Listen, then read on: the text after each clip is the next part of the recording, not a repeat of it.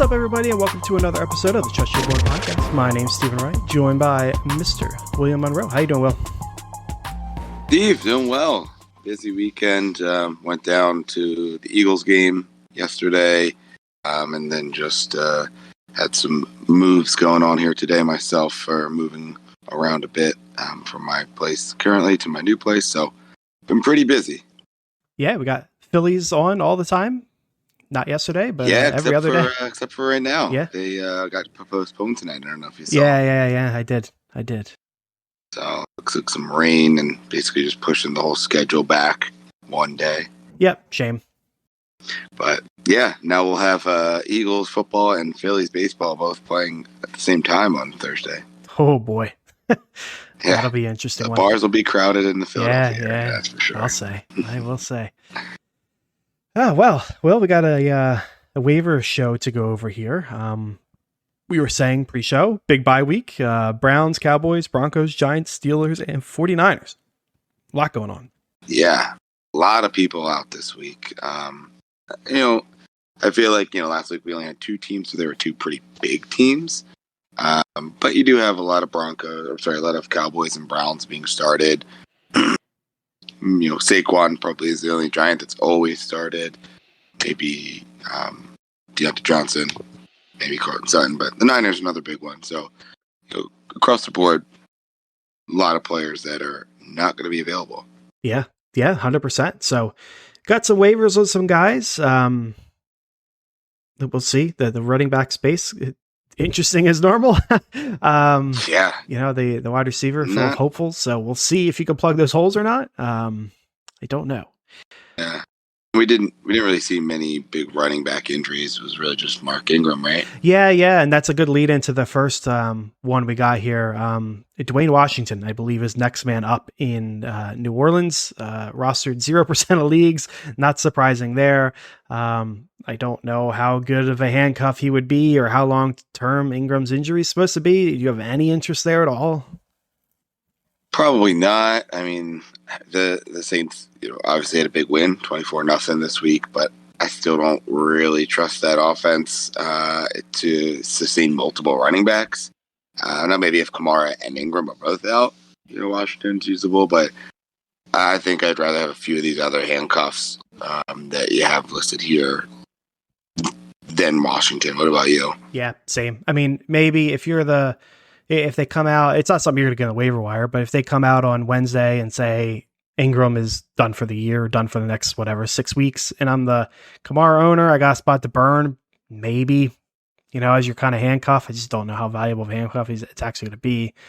So yeah, most likely not. I'm more interested. I guess we'll pivot real quick here, Will, because Alexander Mattson's on the list.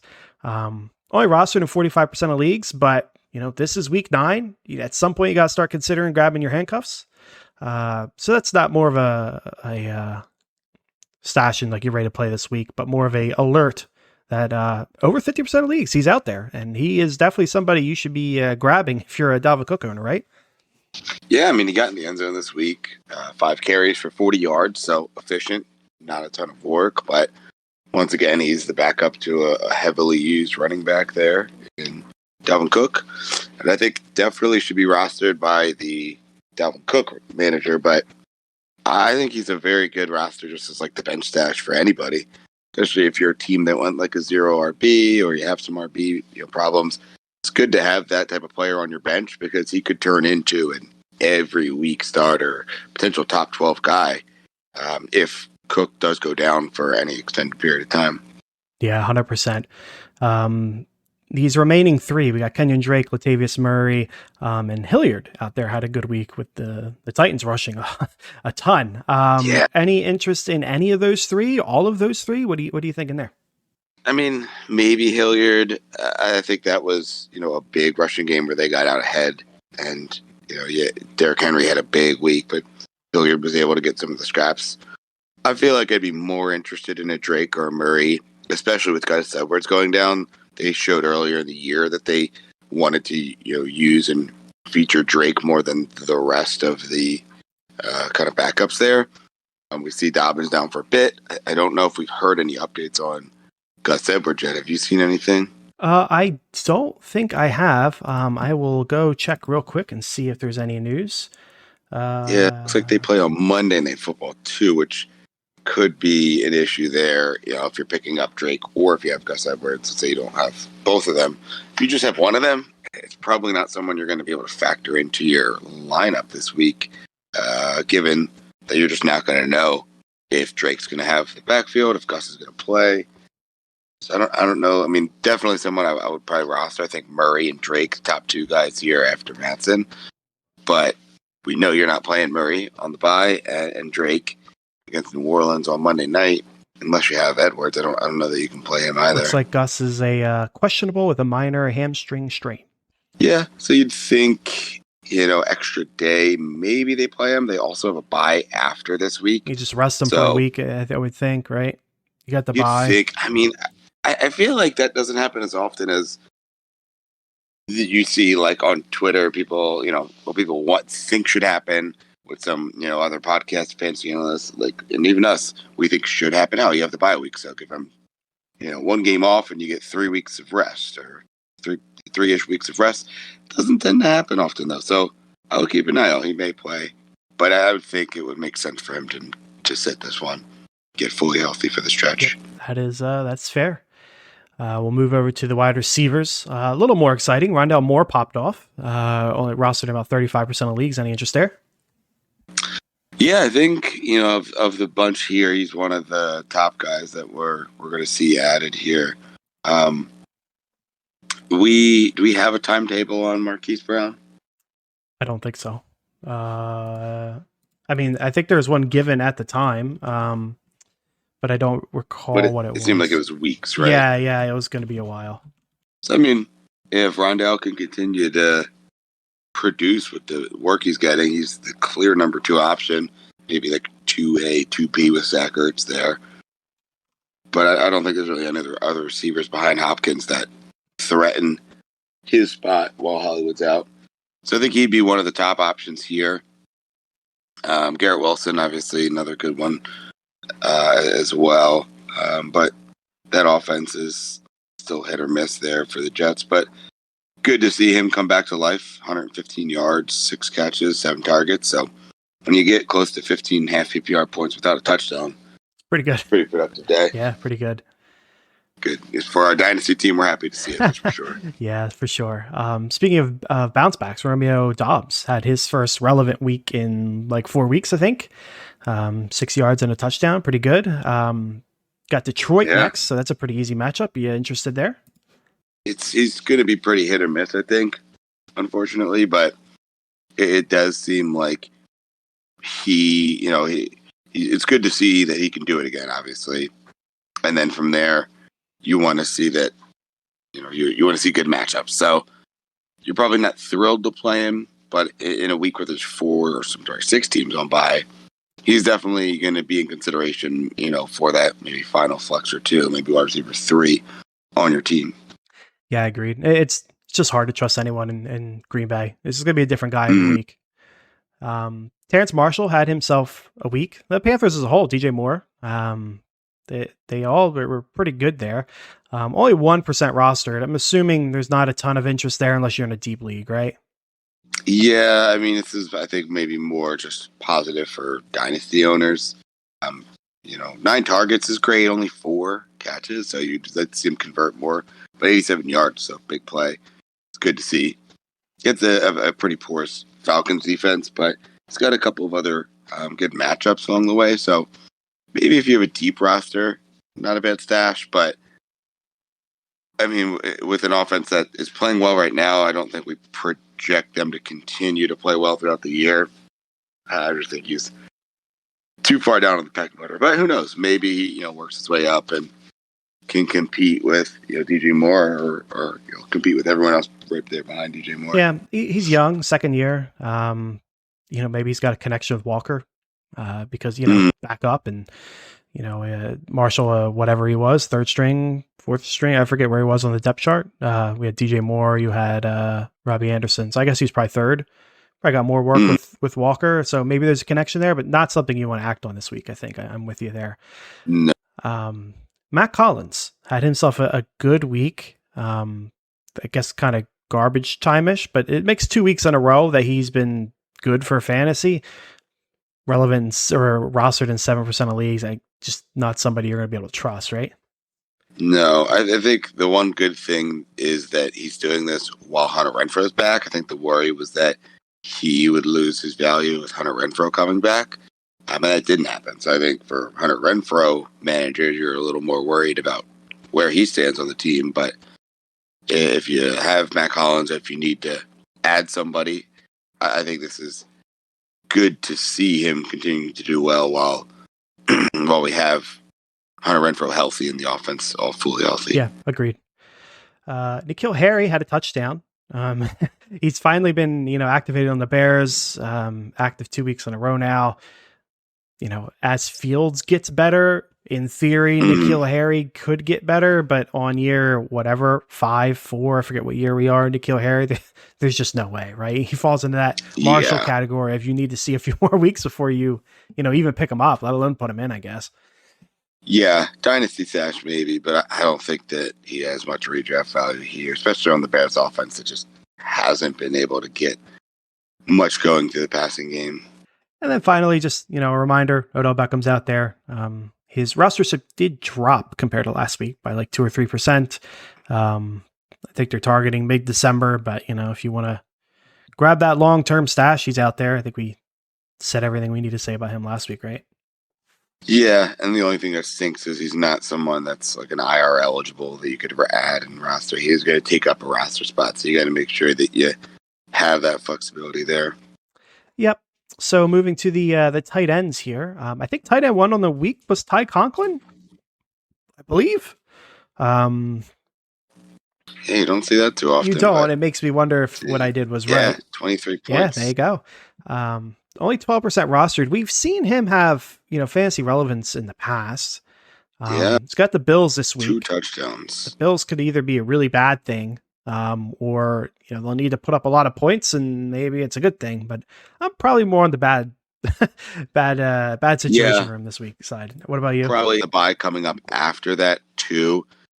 You're probably not going to be thrilled to play him this week. You're definitely not going to want to play him on the bye. So definitely someone I think I would hope that somebody else in my league throws a lot of fab at, and you can go after a guy like maybe an Isaiah Likely or an Evan Ingram who had solid games, better guys that I think are a little bit more likely, pun intended, to produce for you now and then going forward. Well done. Evan Ingram on the list, 41% rostered. I feel like he's fallen into that Logan Thomas role of the years past where he just gets brought up every week because he has decent weeks and his rostership's just low. But Isaiah Likely, as you said, only rostered in 5% of leagues. Had a nice week this week with Andrews out. I'm not sure. We don't have any timeline on Andrews, right? No, as I saw, they said it's an AC joint, so shoulder. But they think there's a good chance he could play. Tough though, given that he's going to be playing on Monday Night Football there as well. So that one a little more dicey going up against New Orleans. If you have him, you're going to want to kind of handcuff, if you will, with Isaiah Likely, probably. Otherwise, you're going to go out and get like a Juwan Johnson or somebody, because you need to have somebody that you can play. And you can't afford to sit Mark Andrews if he does look like he's healthy and good to go. Yeah, and if you're someone that doesn't have Andrews and you're just sitting on Likely and Andrews plays, you're pretty much getting a couple points from your tight end. Yeah. New Orleans also one of the best defenses against the tight end. I'm not sure if it was the best or like the 31st or something, but they're good. So I don't know if that's going to play into things, but a bad matchup on top of the bad situation. Last one, Dulcich. What you want to see? Oh, sorry. Go ahead. No, I said just not what you want to see from 100%. The tight end matchup there. Dulcich, last one, he had a good week, 12% rostered, but he's on the bye. So, unless you're super desperate and you have to grab him, I imagine you could just wait a week, right? Yeah, I think he's someone you can hold on. You could probably wait a week. It's not rostered enough that you'd have to stash him. And it would stink, but if you really need to add somebody, I think you can cut him and hopefully get him back. Tough to hold a tight end on their bye week. But he probably is one that may warrant it if you're going to add like an Evan Ingram or somebody to plug in for this week. You'd like to have Dulcich down the stretch. Yep, 100%. So let's move over to the streaming portion of the show here, Will. Start with quarterbacks for you. We have Jared Goff, 53% rostered versus the Packers. Justin Fields, 41% versus the Dolphins. Mariota, 26% versus the Chargers. And Andy Dalton, 14% versus the Ravens. That's tough. I think I want to go with Goff. I mean, the rushing upside of Fields and Mariota is interesting. Don't love Dalton going up against the Ravens. Ravens are actually getting some firepower back, trading for Roquan Smith today, and getting a couple of other defenders being activated off the pup list. So they should actually have some reinforcements coming in and maybe be an even better defense. Mariota against the Chargers, maybe you have the game script working in his favor, going up against the Chargers, but the same thing with Fields and the Dolphins. I think I would, as you alluded to last week, maybe not the safest guy in Jared Goff, as you have not been able to pick the good games of his. But I think of this bunch, he'd be the one I'd be targeting. Yeah, I think I'm going to go Fields. Just trending upwards. Dolphins defense not great. Offense could put up some points, so maybe that's an interesting game. I do like the Goff matchup, but Packers-Lions, it could be a 6-3 game kind of situation. Yeah. I hope not, but maybe. Mariota's fine. I don't trust him. Dalton actually hasn't been bad for fantasy. I think this one's going to be a trap because the Ravens defense has been bad against the quarterback, so it looks like it's a good matchup. But like you said, like reinforcements are coming, so it might end up being a trap. I will, like, if I were to pick who has the best floor, I'd probably put Dalton over Goff. I might put Dalton over Mariota, but that's because I started Mariota and he had no floor that day. It's just a crazy thing to say because he's rushing, but he has no upside. So I'll go with Fields. I don't mind Goff. The other two I'm not super interested in. And then defensive streamers here, Will. We got Cincinnati, 41% rostered versus the Panthers. Minnesota, 20% at Washington. Kansas City, 30% versus the Titans. And Green Bay, 47% at Detroit. Yeah, I don't think I'm like overly thrilled about any of them. I'd probably lean Cincinnati versus the Panthers and hope the Panthers come back to earth a little bit. But that is a tough one. I'm interested to see what you think of the bunch. I do agree that it is a tough one. I think I would go with Minnesota. The Panthers look decent with Walker. Maybe it's just a 1-2 week thing, but he looks decent. Green Bay and Detroit, I'm not touching that because I don't know what the Detroit offense is going to be. Like sometimes they're really good and sometimes they're bad. So I'm not trusting that. Kansas City could be good, especially if Tannehill's not playing, but maybe it doesn't matter because they just run Derrick Henry over and over and over again and they just score points that way and he's not going to fumble. I think that's what we saw this week. Yeah. So I feel like Minnesota's the safest, and I don't know if they have the highest upside from a defense because I'm thinking if somebody's going to get interceptions, it's probably going to be Cincinnati on Walker or Kansas City against Malik, if it is Malik. So maybe not the highest upside, but I feel safer with Minnesota. Yeah, I think that would be the second one I'd be looking at of the bunch here. I think the Titans are a little scary from just what they could do offensively. And Green Bay, their defense has been good, but just the overall team vibes I don't love, and there's that chance that Detroit can put up some points if they're healthy. Yep, 100%. Well, that's going to take care of our waiver show for week 9, almost in double digits. Just crazy. Halfway through the year here. Yeah, we're cruising right along. So tune in on Thursday for our start show. Until then, folks, trust your board.